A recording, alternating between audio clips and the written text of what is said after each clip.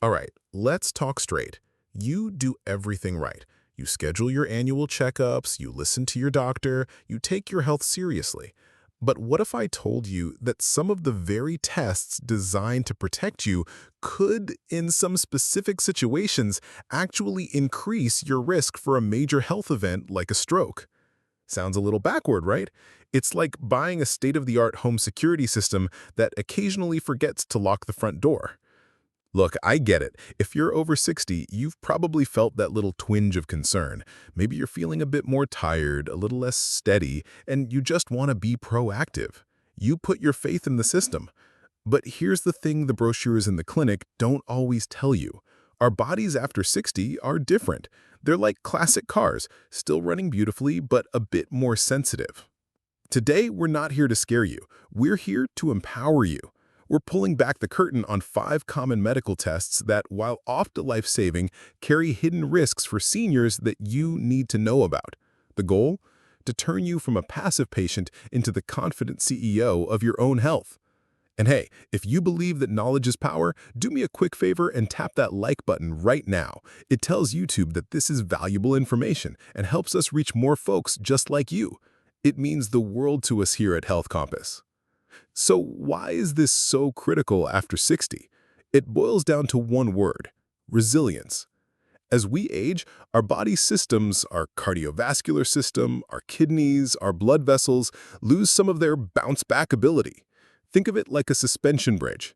When you're 30, it can handle a hurricane. When you're 70, it's still strong, but an unexpected sharp jolt can be a problem.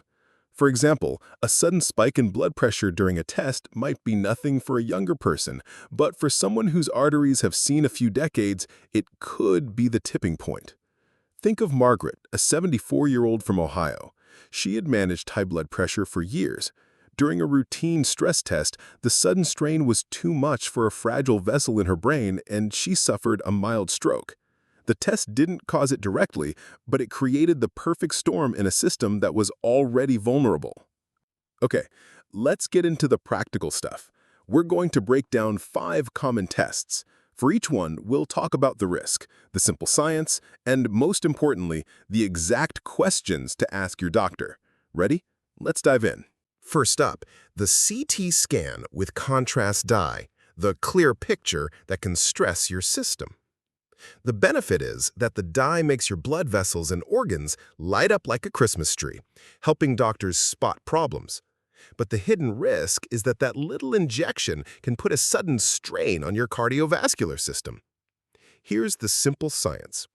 For some people, especially those with existing high blood pressure or heart issues, the dye can cause a vasovagal reaction. That's a fancy term for a sudden drop in heart rate and blood pressure. But for others, it can do the opposite, cause a sharp spike in blood pressure, making fragile blood vessels constrict. When that happens in the brain, the risk of a stroke goes up. This is key. Before you agree, ask your doctor, "Doctor, is the contrast dye absolutely necessary for what we're looking for? And, given my age and my blood pressure or kidney history, are there safer alternatives, like a non-contrast CT or an ultrasound?" A bonus mini tip: always give them your full medical history right before the scan, even if it's in your chart. Remind them, "Just so you know, I'm on medication for high blood pressure." Be your own advocate.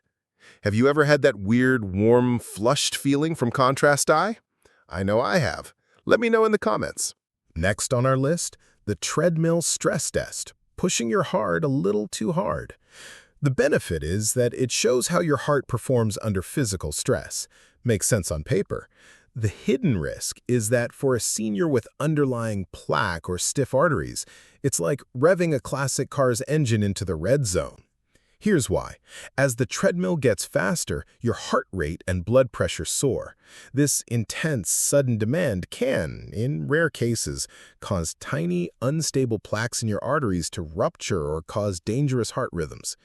A study in the American Journal of Cardiology found about 7% of participants over 65 experienced adverse effects from the test. So here's what to ask your doctor. Since I'm not having active symptoms like chest pain, is this test urgent right now or can we monitor things differently? Also ask, are there gentler alternatives for someone my age, like a nuclear stress test or a resting echocardiogram? The best defense is a good offense. If you're managing your blood pressure, cholesterol, and lifestyle well, your doctor may agree that the risks of this specific test outweigh the benefits of just checking. All right, be honest with the Health Compass crew. Who here actually enjoys being on a treadmill? I'm seeing a lot of hands staying down. Number 3 is a big one. Endoscopy with anesthesia, the risky cocktail. Procedures like a colonoscopy or endoscopy are crucial for catching cancers early, but the hidden risk isn't the scope itself. It's the combination of anesthesia and common blood thinners like aspirin, warfarin, or Plavix. The simple science is this. Anesthesia naturally causes a dip in your blood pressure and circulation. At the same time, your blood thinner is working to prevent clots. When you combine a drop in blood flow with a reduced ability to clot properly, you can create a perfect storm for circulation problems in the brain, potentially leading to a mini-stroke. Here's what to ask your doctor. How will the sedation interact with my specific medications, especially my daily aspirin or blood thinner? And what is the protocol for stopping and restarting my blood thinner around this procedure to minimize risk? A bonus tip. Never assume your specialists talk to each other. Before the procedure, explicitly tell your gastroenterologist, just to confirm, you know my cardiologist has me on Plavix. Has a doctor or pharmacist ever helped you navigate your medications before a procedure? Share that positive experience below. You could help someone else. All right, number 4, MRI with contrast, the hidden strain on your kidneys.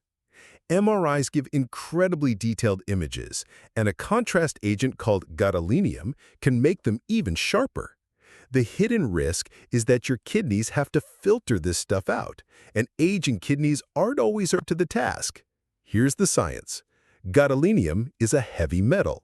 Healthy kidneys flush it out quickly, but kidney function naturally declines with age. If your kidneys are even mildly impaired, they can't clear the gadolinium efficiently. It can linger in the body and has been linked to rare but serious conditions, and some experts believe it can even deposit in brain tissue, causing confusion or brain fog. So ask your doctor, can we get the images we need with a non-contrast MRI first?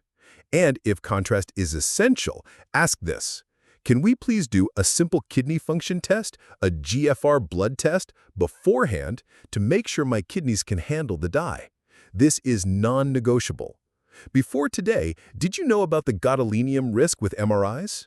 A simple yes or no in the comments would be fascinating to see. Finally, number 5, the one that seems the most harmless, the routine carotid ultrasound, the just-in-case test that can lead to unnecessary surgery.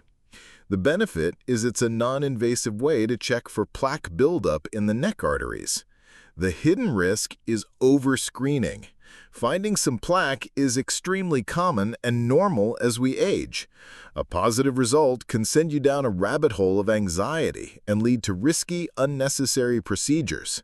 So before the scan, ask the magic question. If we find a moderate blockage, will it actually change my current treatment plan? Or will it just give us something new to worry about?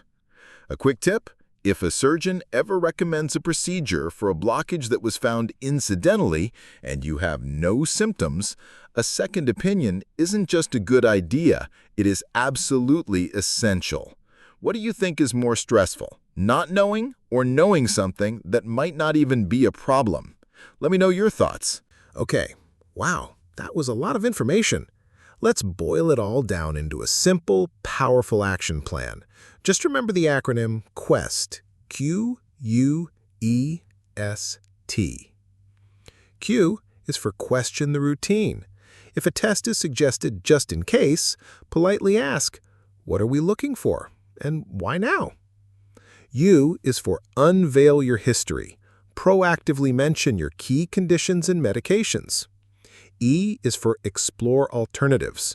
Always ask, is there a gentler or non-invasive way to get this information? S is for second opinion for surgery. If an invasive procedure is suggested, make a second opinion your standard policy. And T is for trust but verify. Trust your doctor's expertise, but verify that the plan is truly personalized to you. Your first action step: just choose one of these questions to bring to your next appointment. Start small, but start now. The bottom line is this: you are the most important person in your healthcare journey. You have the right to ask questions, to understand the risks, and to make informed decisions. It's not about challenging authority, it's about building a partnership. Okay, Health Compass crew, now I want to hear from you. Based on everything we discussed today, what is the one question you feel most confident and empowered to ask your doctor now? Drop it in the comments below. Reading your answers inspires this whole community.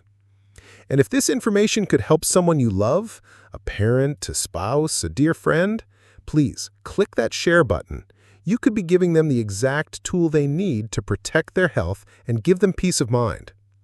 Finally, make sure you subscribe to Health Compass and ring that little notification bell, because our work here is far from over. You won't want to miss our video next week, where I'll be sharing 3 simple 5-minute exercises you can do right from your living room chair to build incredible strength and stability. Thank you for investing this time in your health. Stay curious, stay empowered, and I'll see you in the next video.